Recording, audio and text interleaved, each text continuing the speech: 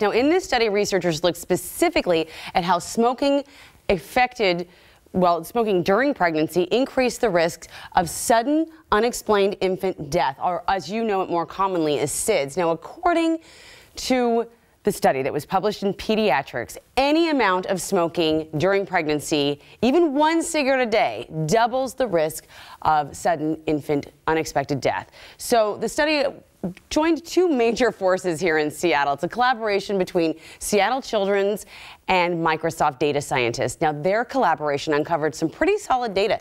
They found that if all pregnant women smoking out of 800, approximately out of the 3,700 deaths from SUIDS in the U.S. could be prevented, literally all of them.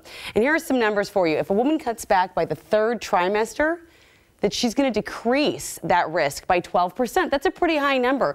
If she quits completely, the number jumps to 23%, which is very good news. So here are the concerns. So there's a lot of obviously harmful effects for moms-to-be, fetal alcohol syndrome, pregnancy, diabetes, but now sudden unexpected infant death is probably going to be one of those right there that we're going to be looking at now more and more. One more point, the analysis also showed that mothers who smoked 3 months before pregnancy and quit in the first trimester actually still had a higher risk as SUID than non-smokers. So the need for smoking cessation before pregnancy is very, very key.